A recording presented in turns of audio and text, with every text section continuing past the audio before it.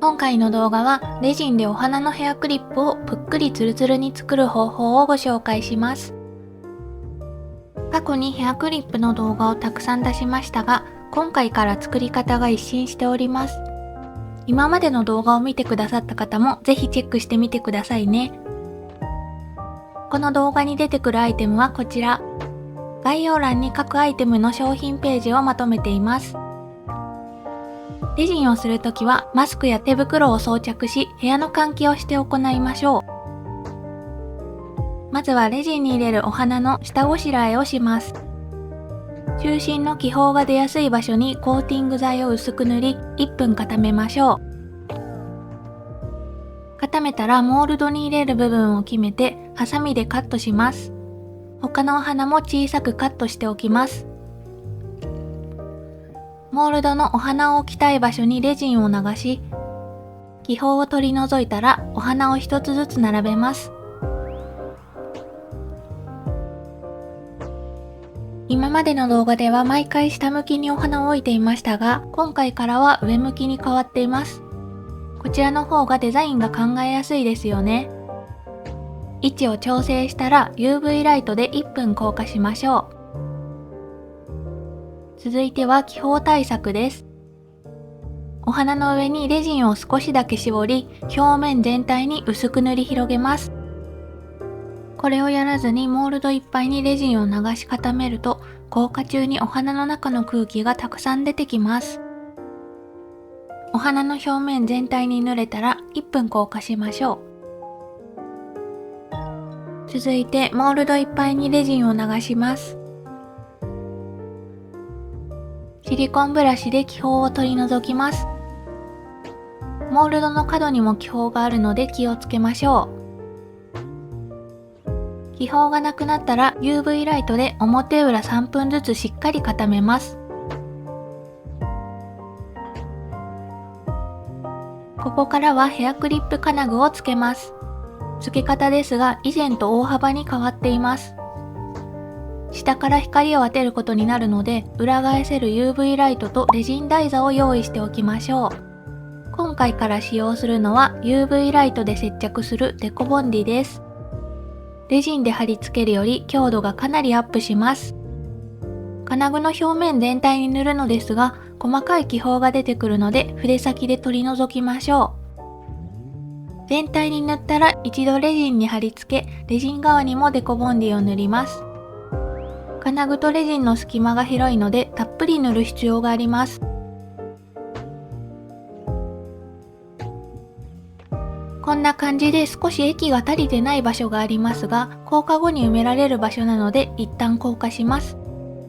取り出したら接着剤が足りない場所を埋めてさらに硬化しましょう。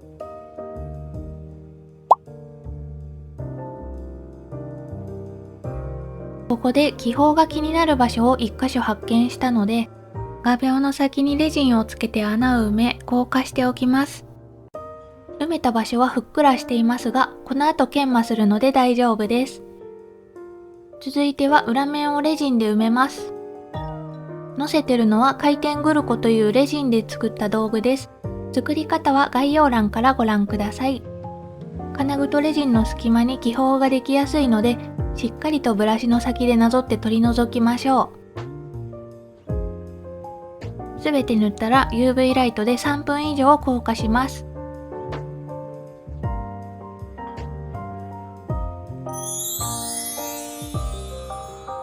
ここからは表面を加工します。レジン台座に挟むと平面になります。まずは色区切り用のボールチェーンをつけます。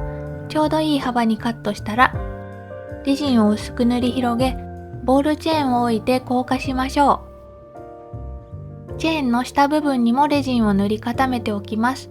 この後色を塗るとき隙間から流れ出るのを防止できます。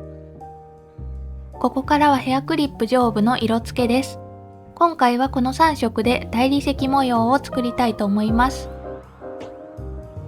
マーブルのやり方ですが、詳しく解説した動画を出しています。概要欄に貼ってありますので、そちらもぜひご覧ください。固めたらこんな感じになりました。盛り線を使って表面をぷっくりします。真ん中の穴から垂れやすいので避けるように外側にレジンを垂らします。穴の周りを避けつつシリコンブラシで全体に塗り広げます。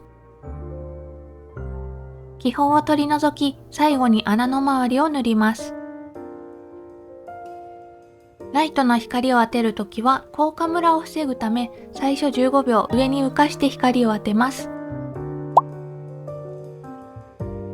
しっかり固まったらさらにきれいにするべく研磨とコーティングを行います。ヤスリではみ出している場所を削って整えましょう。ヤスリの粉を取り除きます。ダイソーのジェルクリーナーを使用しています。コーティングをするときはクリップで挟むと扱いやすくなります。金具以外の場所をすべてコーティングして仕上げましょう。一箇所に液が集まると垂れてくるので、クリップの角度をこまめに動かしながら塗っています。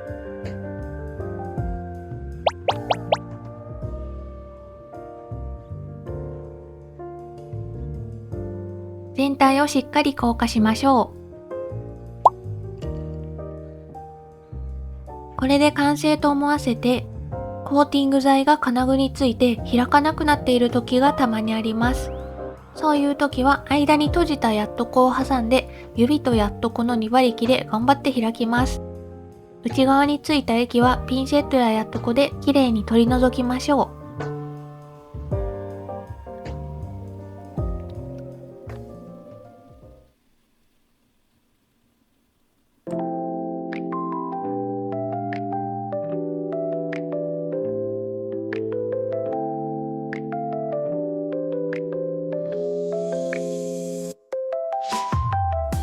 最後までご視聴いただきありがとうございました。